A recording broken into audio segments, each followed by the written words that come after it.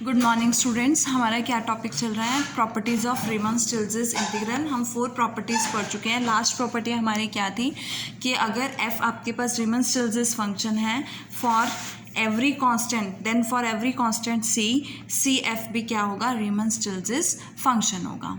Okay, now next property है आपकी property number 5, that is f1 आपके पास रीमन-स्टिल्टज फंक्शन है, f2 is also Riemann Stieltjes function on closed interval a, b, then f is equals to क्या होगा? f1 plus f2, वो भी क्या होगा? रीमन-स्टिल्टज फंक्शन होगा on closed interval a, b, and also integral a to b f1 plus f2 d alpha is equals to integral a to b f1 d alpha plus a to b f2 d alpha। ये proof करना है। देखो इसका proof, सबसे पहले आपको f1 और f2 रीमन-स्टिल्टज function दिए हुए हैं, तो मैं इनके लिए पार्टीशन ले लेती हूँ। और पार्टीशन से पहले मैंने एक एप्सिलॉन ग्रेटर देन 0 लिया है। Let epsilon greater than 0 be given. Since as we know that कि f1 आपके पास रीमन-स्टिल्टज फंक्शन है, तो according to Riemann Stieltjes definition on closed interval a, b there exists a partition p1 of closed interval. आपके पास एक पार्टीशन एग्जिस्ट करेगी of closed interval a, b such that किस तरह से होगी कि जो उस पार्टीशन का अपर सम होगा माइनस लोअर सम किससे लेस होगा? लेस देन एप्सिलॉन होगा। ये आपने पढ़ा, अगर कोई फंक्शन रीमन-स्टिल्टज फंक्शन है then upper sum minus lower sum is always less than epsilon. और मैंने एप्सिलॉन के प्लेस पे क्या लिया? Epsilon by 2। Epsilon is also a small quantity, और अगर हम उसको 2 से डिवाइड करते हैं अगेन वो स्मॉल क्वांटिटी बनेगी। अब नेक्स्ट आता है, since as we know that f2 भी आपका रीमन-स्टिल्टज फंक्शन है, तो there also exist Riemann Stieltjes function of closed interval a, b।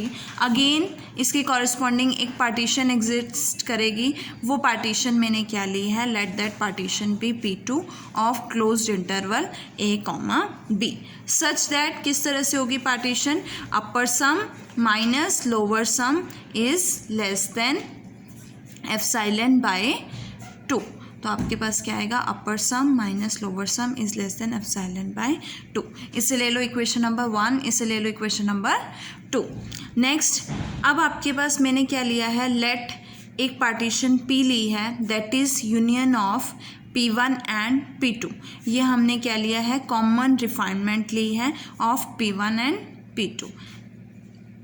क्या लिया आपने? P1 यूनियन P2 को P पार्टीशन ली है, जो कि कॉमन रिफाइनमेंट है किसकी? P1 एंड P2 की।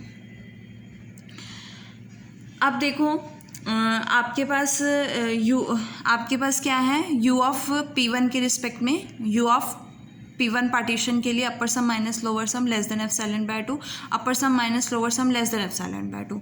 अब P पार्टीशन आपने क्या ली है? P1 यूनियन P2, तो ये कंडीशन P पार्टीशन के लिए भी सेटिस्फाई करेगी for function f1 and f2 both. तो मैं लिख सकती हूँ upper sum of P with f1 function is less than upper sum minus lower sum is less than epsilon by 2। Again for function f2 के लिए भी क्या करेगी? ये सेटिस्फाई करेगी, तो upper sum minus lower sum is less than epsilon by 2। Now let करते हैं, नाउ लेट आपके पास मैं ले लेती हूँ कि कैपिटल MI जो कि आपके पास सुप्रीमम होगा f फंक्शन का, ठीक है, और स्मॉल MI क्या होगा? इन्फिमम होगा f फंक्शन का। सिमिलरली मैंने कैपिटल MI डैश लिया है जो कि सुप्रीमम है किस फंक्शन का? f1x का। और स्मॉल MI डैश क्या है? इन्फिमम है f1 का।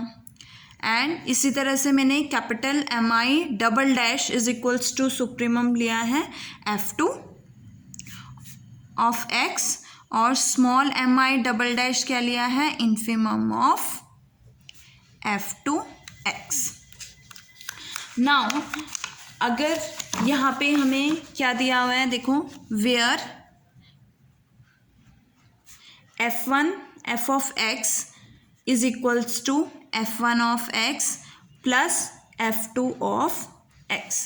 अगर मैं इसकी बात करती हूँ कि f of x is equals to f1 of x plus f2 of x है, तो एज यू नो दैट कि f of x is always less than equals to mi dash plus mi double dash.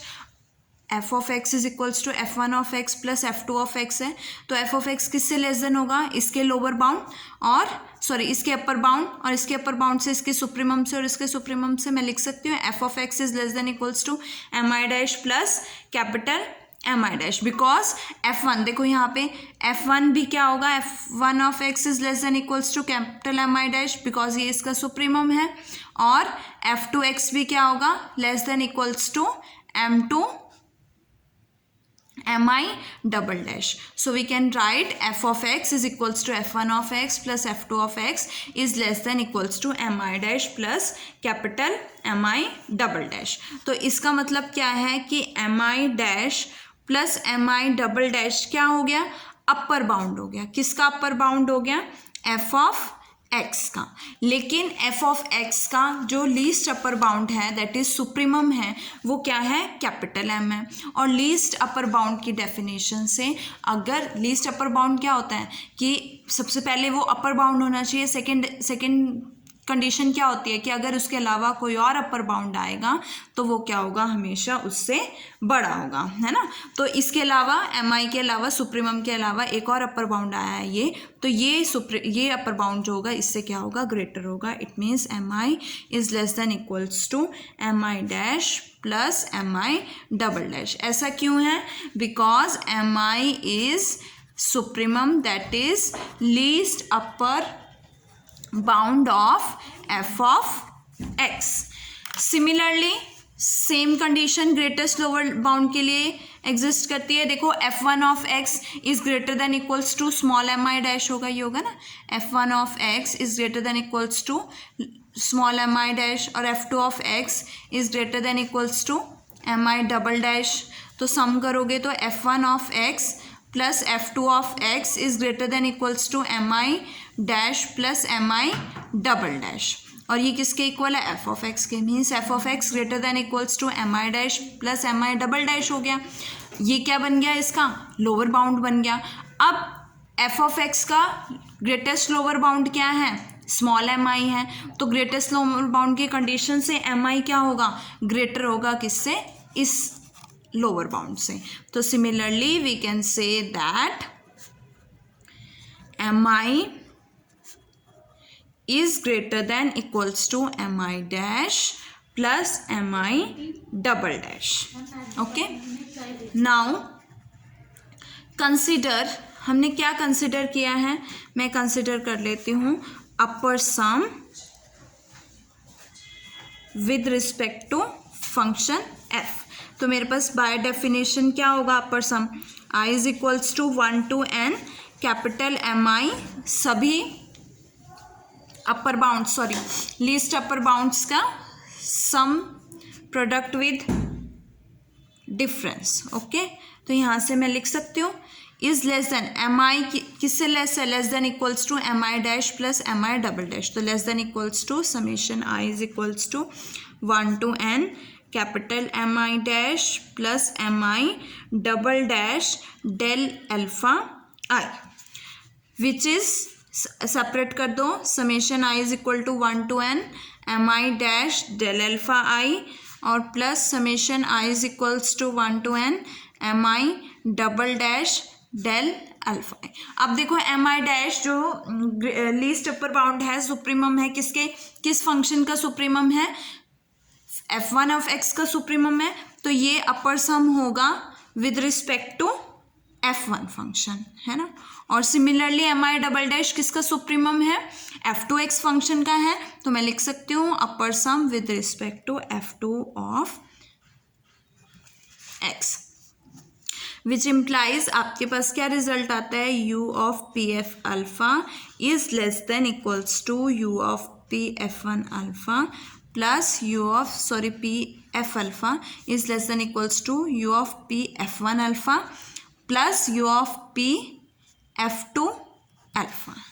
Similarly हम क्या find out करेंगे, lower sum find out करेंगे। देखो अगर मैं लोअर सम की बात करूं तो let consider now consider L of F P sorry P F alpha is equals to क्या होगा, summation I is equals to 1 to n M I del alpha I which is, अब M I हमने अभी किया ना, M I is greater than equals to M I dash plus M I double dash, अभी proof किया है तो मैं लिख सकती हूँ greater than equals to summation I is equals to 1 to n M I dash plus M I double dash del alpha I which is greater than equals to summation I is equals to 1 to n mi dash del alpha I plus summation I is equals to 1 to n mi double dash del alpha I। ये किसका infimum हो गया,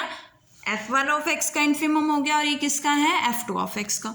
तो मैं लिख सकती हूँ greater than equals to l of p f1 alpha plus l of p f2 alpha. तो यहाँ से क्या आएगा, l of p f alpha is greater than equals to l of p f1 alpha plus l of p f2 alpha. अब मैंने क्या लिया, taking negative sign on, less than बनाने के लिए मैंने नेगेटिव साइन ले लिया। तो टेकिंग नेगेटिव साइन लोगे तो आपके पास क्या आएगा, minus l P F alpha is less than equals to minus L P F one alpha minus L P F two alpha.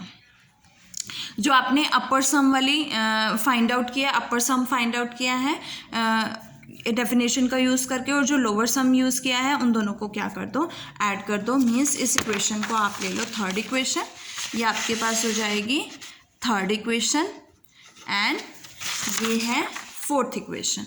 So adding third and fourth, adding equation third and fourth, add करोगे left hand side देखो, u of P F alpha minus L of P F alpha is less than equals to क्या आएगा, u of P F one alpha plus u of P F two alpha minus L of P F one alpha minus L of P F two alpha. ये दोनों को आप इस अपर सम और दोनों function f1 के अपर सम और लोअर सम को कंबाइन करोगे, आपके पास क्या आएगा, upper sum of function f1 with respect to minus lower sum with respect to function f1 plus upper sum with respect to f2 minus lower sum with respect to f2। अब देखो अपर सम आपने अभी solve किया है ना, less than, ये क्या है आपके पास with respect to f1, upper sum minus lower sum epsilon by 2 epsilon by 2। So we can write less than, ये दोनों कंबाइन होके एप्सिलॉन बाय 2 प्लस ये दोनों कंबाइन होके क्या बनाएंगे, एप्सिलॉन बाय 2 बनाएंगे which is equals to epsilon. तो ये किससे लेस हो गया, एप्सिलॉन से लेस हो गया। It means upper sum is minus lower sum is less than epsilon for function f। तो it means function f क्या हो जाएगा, आपके पास रीमन-स्टिल्ज़ इंटीग्रेबल हो जाएगा, और we can say that f1 plus f2 is Riemann Stieltjes integrable.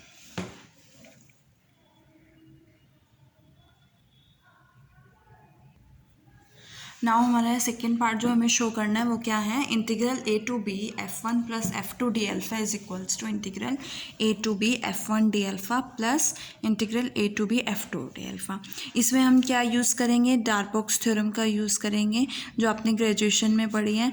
देखो डार्बॉक्स थ्योरम क्या कहती है, डार्बॉक्स थ्योरम में जो अपर सम है विद रिस्पेक्ट टू फंक्शन आपके पास क्या होगा, is less than upper integral f1 D alpha plus epsilon होता है। सो वी कैन टेक यहाँ पे एप्सिलॉन बाय 2 ले सकते हैं।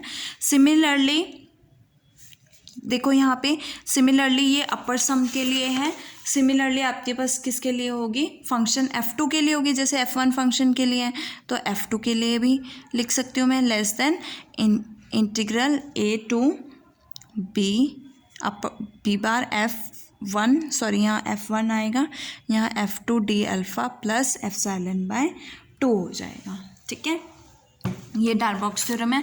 अब देखो F1 जो है आपके पास, अभी आपने प्रूफ किया है F1 रीमन स्टिल्ट्ज़ इंटीग्रेबल है, तो it means upper integral is equals to integral क्या होगा A to B F1 D alpha plus epsilon by 2, और इसको भी मैं लिख सकती हूँ सेम F1 भी क्या है, F1 गिवन है ना आपको, रीमन स्टिल्ट्ज़ फंक्शन है। सिमिलरली F2 भी गिवन है, तो F2 के लिए भी सेम कंडीशन सेटिस्फाई करेगी, A to B F2 D alpha plus epsilon by 2।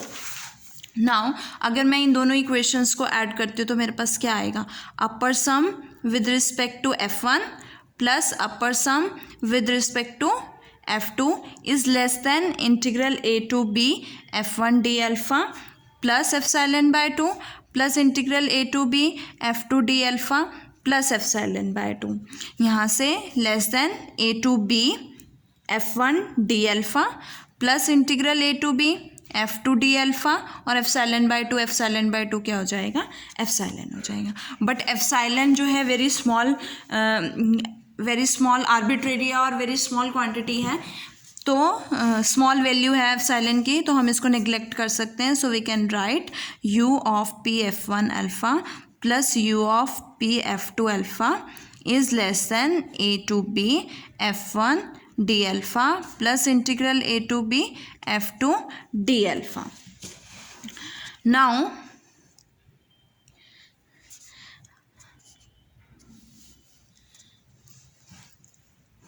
Integral देखो यहाँ से आपके पास क्या आएगा, अब देखो ये तो आ गया आपके पास u of P F1 alpha plus u of P F2 alpha is less than integral A to B F1 D alpha plus integral A to B F2 D alpha. Also as you know that also जैसे हमने last theorems में भी किया है कि integral upper integral f d alpha किससे less होता है, less than equals to upper sum. Upper integral किससे लेस होता है, अपर सम से लेस होता है। और f जो है आपके पास कैसा है, रीमन स्टिल्ट्ज़ फंक्शन है, तो we can write a to b integral f d alpha भी किससे लेस देन होगा, upper sum p f alpha से लेस देन होगा। और ये किससे लेस देन, ये देखो ये किससे लेस देन है,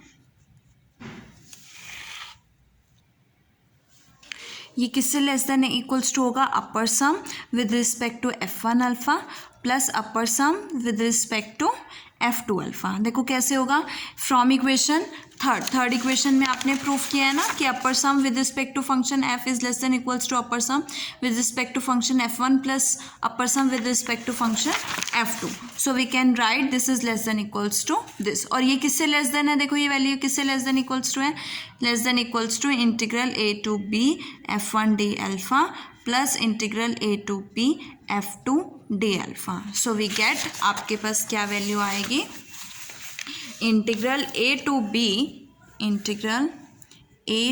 B f d alpha is less than equals to integral A to B F1 D alpha plus integral A to B F2 D alpha.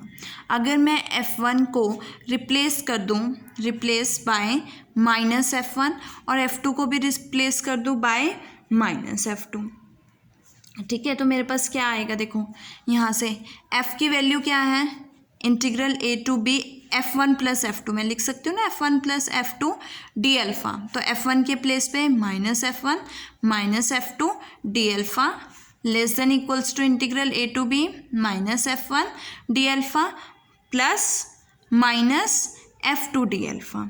अब माइनस कॉमन आएगा, कैंसिल हो जाएगा, तो साइन क्या हो जाएंगे, चेंज हो जाएंगे।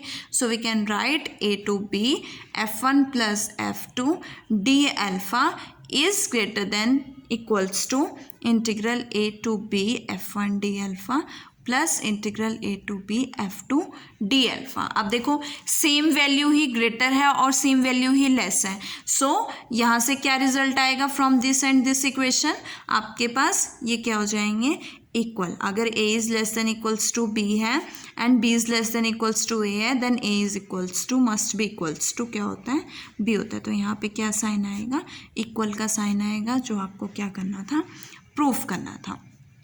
ठीक है, ये तो प्रूफ हो गया। अब कुछ रिजल्ट्स हैं, इसके कुछ रिमार्क्स हैं। देखो क्या रिमार्क है। फर्स्ट रिमार्क क्या है आपके पास, अगर F1 माइनस पहला F1 minus F2 रीमन stills integrable है, तो we can write F1 plus negative of F2 belongs to R of alpha. Means इन दोनों की एडिशन भी क्या होगी, रीमन स्टिल्स होगी, है ना। ये हमने अभी थ्योरम किया है उससे। और वी कैन राइट अगर F1 जो है रीमन स्टिल्स है, F1 रीमन स्टिल्स है, F2 रीमन स्टिल्स है, तो माइनस F2 भी क्या होगा, रीमन स्टिल्स होगा। सिमिलरली अगर ये दोनों फंक्शंस रीमन स्टिल्स हैं तो इनका सम भी क्या होगा, रीमन स्टिल्स होगा। It means F1 plus minus F2 belongs to Riemann R of alpha, that is F1 minus F2 is Riemann. Means ये रिजल्ट क्या कहता है कि अगर आपके पास दो फंक्शंस ऐसे हैं जो रीमन स्टिल्स इंटीग्रेबल हैं, देन उनका सम भी रीमन स्टिल्स होगा और उनका डिफरेंस भी क्या होगा, रीमन स्टिल्स होगा। इसी तरह से सेकंड है, देखो सेकंड आपके पास क्या है कि अल्फ़ा F1, अगर F1 और F2 रीमन स्टिल्स है तो अल्फ़ा F1 और प्लस बीटा F2 भी क्या होंगे, रीमन स्टिल्स होंगे, जहाँ पे अल्फ़ा बीटा क्या है, कॉन्स्टेंट्स हैं। As F1 is Riemann Stieltjes, F2 is also Riemann Stieltjes. Last third property में आपके पास क्या था कि अगर F रीमन स्टिल्स है, then for every constant C F भी क्या होगा, रीमन स्टिल्स होगा। इसी तरह से अगर F1 रीमन स्टिल्स है तो अल्फ़ा कोई कांस्टेंट है, अल्फ़ा F1 भी क्या होगा, रीमन स्टिल्स इंटीग्रेबल होगा। और सिमिलरली बीटा F2 भी क्या होगा, रीमन स्टिल्स इंटीग्रेबल होगा। अब दो फंक्शंस रीमन स्टिल्स हैं तो उनका सम भी क्या होगा, रीमन स्टिल्स होगा, which we have to proof.